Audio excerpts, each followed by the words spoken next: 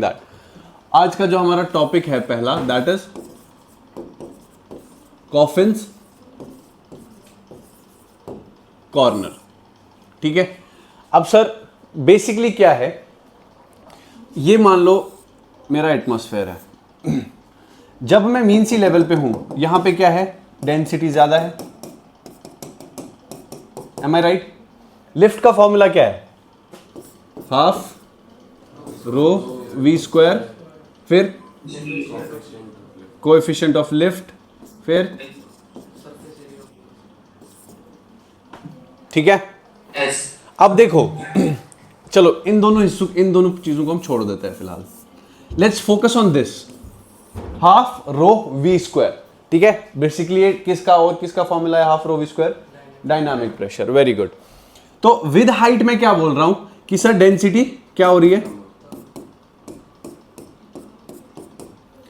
अब L is equal to, let's say बाकी दो चीजें मैंने कांस्टेंट रखी, बाकी दो चीजें चेंज नहीं हो रही है, L is equal to half rho v square.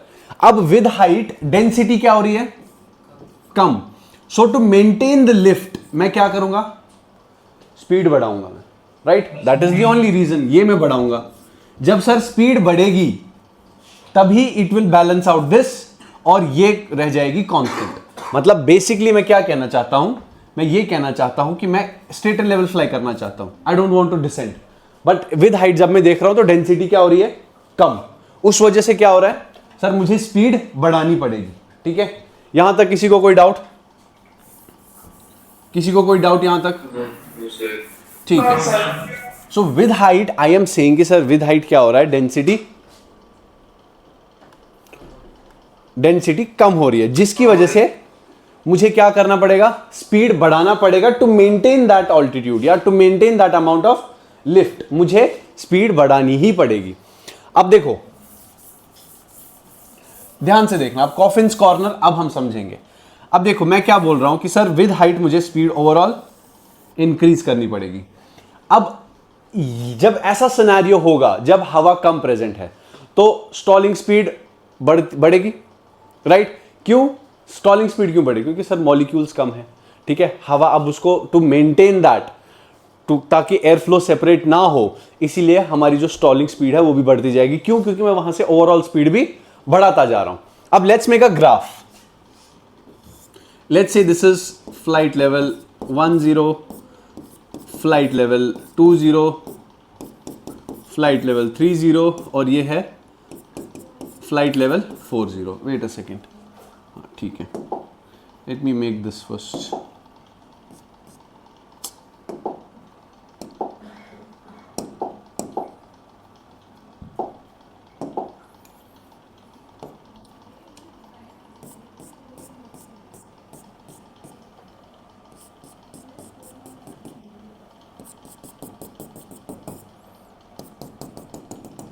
अब चलो एक और चीज समझनी है पहले हमें, बिफोर कमिंग टू दिस। इस डायग्राम को हम इधर ही रहने देते हैं सर, पहले हम एक और चीज समझते हैं। अभी मैंने आपको किसका बताया, स्टॉलिंग स्पीड, स्टॉल स्पीड। ठीक है, स्टॉल स्पीड। मैं बोल रहा हूं कि सर विद हाइट मेरा स्टॉलिंग स्पीड भी बढ़ता ही जाएगा। ठीक है, अगर फॉर एग्जांपल पहले अगर stalling speed let's say 100 knots थी, धीरे धीरे धीरे धीरे जैसे जैसे मेरा ऑल्टीट्यूड बढ़ता जाएगा, वो 120, 130, 140 ऐसे ऐसे करके क्या हो जाएगा, बढ़ती जाएगी। Very simple, right? अब दूसरा फैक्टर एक और है इसमें, that is local speed of sound. कल हमने एक फॉर्मूला पढ़ा, एलएसएस का फॉर्मूला क्या है, एलएसएस का ही फॉर्मूला देखेंगे हम, नॉट मैक नंबर। पहले हम देखेंगे 39 very good into under root of temperature in Kelvin. तो अगर मैं टेम्परेचर डिक्रीज करता जाऊंगा तो एलएसएस कम होगा ज्यादा होगा? Very good. तो लोकल स्पीड ऑफ साउंड भी, हाँ क्या, very good, LSS will decrease. जैसे जैसे मेरा टेम्परेचर कम होता जाएगा एलएसएस भी डिक्रीज हो। अब विद हाइट क्या हो रहा है, टेम्परेचर का, टेम्परेचर कम हो रहा है विद हाइट, वेरी सिंपल। तो एलएसएस भी क्या होगा, फिर कम होगा। अब हम बनाएंगे ग्राफ, स्टॉल स्पीड भी कम हो रहा है और LSS भी कम हो रहा है।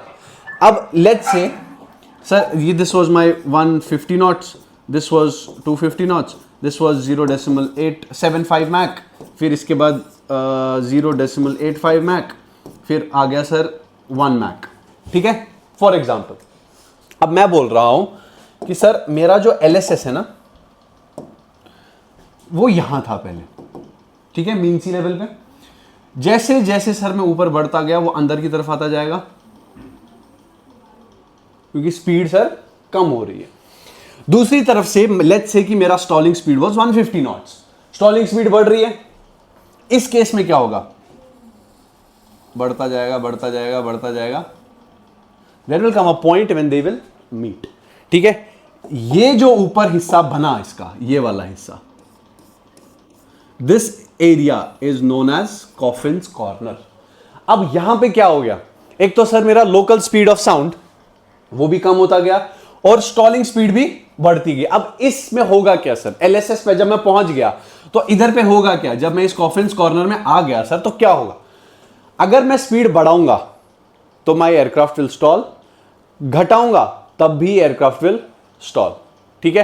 क्यों, क्योंकि अब एक छोटा सा, अब यहां पे there is no margin of error, और वो जो स्टॉल होगा भी वो एक बहुत ही डेंजर स्टॉल होगा, that won't be a normal stall. क्यों, क्योंकि एयर फ्लो कम है, स्टॉलिंग स्पीड बढ़ती गई है, स्टॉलिंग स्पीड अब मेरी लेट्स से कि 0.75 मैक पहुंच गया है, ठीक है। अब इससे कम करूंगा तो स्टॉल हो जाएगा, ऊपर करूंगा तो लोकल स्पीड ऑफ साउंड वो ओवर स्पीडिंग हो जाएगी। क्यों सर ओवर स्पीड, क्योंकि जो मेरा लोकल स्पीड ऑफ साउंड है वो भी अब किधर पे है 0.75, जो पहले कहां था 1 मैक पे, अब वो भी कम हो गया, ये भी कम हो गया, तो अब यहां पे there is no margin of error, गलती हुई एयरक्राफ्ट स्टॉल हो जाएगा, क्योंकि यहां पे अब कोई भी एरोडायनामिक्स सपोर्ट नहीं कर रहा है। इस डायग्राम को बना लो, इधर आ गया तो स्टॉल हो जाएगा, इधर हो गया तो ओवर स्पीड हो गया, तो any how aircraft will end up stall, losing height, ठीक है।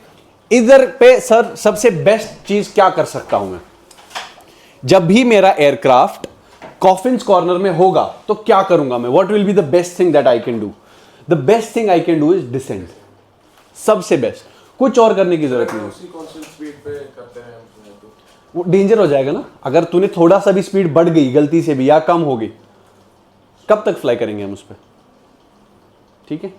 So best idea is descend. Is this clear to everyone? Service ceiling, service ceiling is basically वो ऑल्टीट्यूड एक एयरक्राफ्ट का, ये हर किसी एयरक्राफ्ट की अपना अपना है, ठीक है, वो ऑल्टीट्यूड जिसके ऊपर जब मैं जाऊंगा ना, अब इसके बाद जो मेरा रेट ऑफ क्लाइंब या रेट ऑफ डिसेंट होगा that will be specific to 100 feet per minute, ठीक है, वेरी सिंपल। किसी को कोई डाउट इसमें? बहुत ही सिंपल है, रेट ऑफ डिसेंट या rate of climb, rate of climb basically mainly rate of ROC जो होगा वो 100 फीट पर मिनट ही रहेगा इसमें, ठीक है। हाँ इससे ज्यादा कम नहीं हो सकता है, ये है पिस्टन का 500 feet per minute is jet का, ठीक है, दैट्स इट, इससे ज्यादा कम नहीं हो सकता। ये एक डिफाइंड वैल्यू बन गई, ये एक डिफाइंड वैल्यू बन गई कि इससे ऊपर भी अगर मैं लेके जाऊंगा ना वो मगर इसी स्पेसिफिक वैल्यू से ही क्लाइम कर पाएगा। क्यों? क्योंकि उसकी जो एरोडायनामिक कैपेसिटी थी वो इतनी ही थी, वो 14,000 ही थी, ठीक है। जो एटमॉस्फेयर उसको 14,000 पे मिलता वो उसके लिए सूटेबल था, समझ आया? अब आप लोग बहुत खतरनाक स्टूडेंट्स हो, यू गाइस आर वेरी, यार माइक ऑफ कर लो यार, एको हो रही है काफी आवाज, ठीक है। सर्विस सीलिंग, अब आप लोग बहुत होनहार स्टूडेंट्स हो, आपने बोला कि सर क्यों ना सर्विस सीलिंग के ऊपर जाया जाए, ठीक है। उसके बाद आएगी absolute ceiling,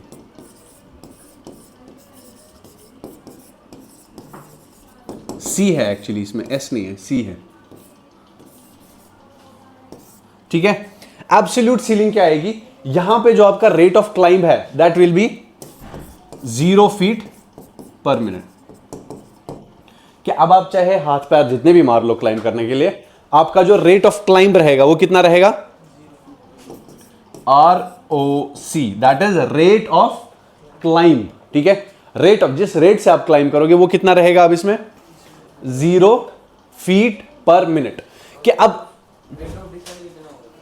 rate of decent तो अपने तक है ना, रेट ऑफ डिसेंट की मैं जितना मैं नोज डाउन कर दी वो अपने आप नीचे आ जाएगा, बट एरोडायनामिक एफिशिएंसी जो है ऊपर जाने की, लिफ्ट जनरेट करने की, वो इसकी खत्म हो गई, डिसेंड करेगा ये। तो ये अभी कॉफिन कॉर्नर में है? नहीं, अभी कॉफिन कॉर्नर इसके बाद आएगा। कॉफिन कॉर्नर देखो, ये जो ग्राफ बन रहा है ना, ऐसे बना, पहले यहां पे आएगा सर्विस सीलिंग, फिर आएगा एब्सोल्यूट, अब आएगा एक और एरोडायनामिक बफेटिंग, एरोडायनामिक बफेटिंग के ऊपर आएगा कॉफिन कॉर्नर। ठीक है, ये धीरे धीरे धीरे धीरे धीरे मैं ऊपर बढ़ता जा रहा हूं। फिर वहां तक तो सर ये पहुंच ही नहीं पाएगा क्योंकि 0 फीट पर मिनट। हाँ, तो ये जो है ना, ये एब्सोल्यूट के बाद वो ड्रास्टिकली आ जाता है, पास पास में रहते हैं ये एरोडायनामिक सीलिंग, जो हम अभी इसके बाद पढ़ेंगे, और कॉफिन कॉर्नर, कि मतलब थोड़ा सा भी अगर आप 10 फीट भी ऊपर गए फिर आप कॉफिन कॉर्नर में एंटर हो जाओगे। ठीक है, अब वही तो मैं, अब आगे पढ़ेंगे हम। अब और होनहार स्टूडेंट्स हो गए तुम लोग, तुमने कहा कि सर कोशिश करेंगे इससे भी ऊपर जाने की। नहीं, एब्सोल्यूट कॉफिन के ऊपर तो जा ही नहीं सकते ना, कॉफिन का मतलब ही है ताबूत। ठीक है, एब्सोल्यूट सीलिंग के बाद आएगी एरोडायनामिक सीलिंग।